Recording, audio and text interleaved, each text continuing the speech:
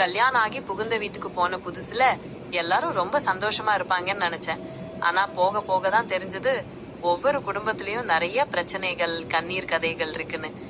என்னோட மாமனார் முதல்ல ரொம்ப சாதாரணமா தான் பழகினார். ஆனா போக போக தான் அவருடைய உண்மையான முகம் தெரிஞ்சது.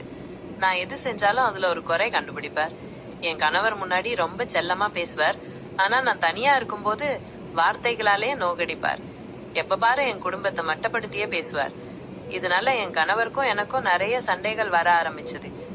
இதுல புகுந்த வீட்டோட மொத்த பொறுப்பையும் என் தலையில சுமத்தணும்னு நினைப்பார். நான் சின்னதா ஒரு பிசினஸ் ஆரம்பிக்கலான்னு யோசிச்சு போவும் அவர் தான் முதல் ஆளா தடுத்தார். எதுக்கு இதெல்லாம், வீட்டு வேலையை செஞ்சுட்டு சும்மா இருன்னு மட்டமா பேசுவார். என்னோட ஆசைகள், கனவுகள் எதுவுமே அவருக்கு பெருசா தெரியாது. எப்ப பாரு என் கணவர்கிட்ட என்னை பத்தி தப்பு சொல்லி ஏத்தி விடுவார்.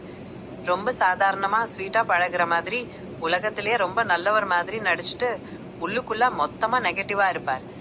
இது மாதிரி ஒரு மாமனார் கிடைச்சா எந்த பெண்ணோட வாழ்க்கையும் நரகம் ஆயிடும்.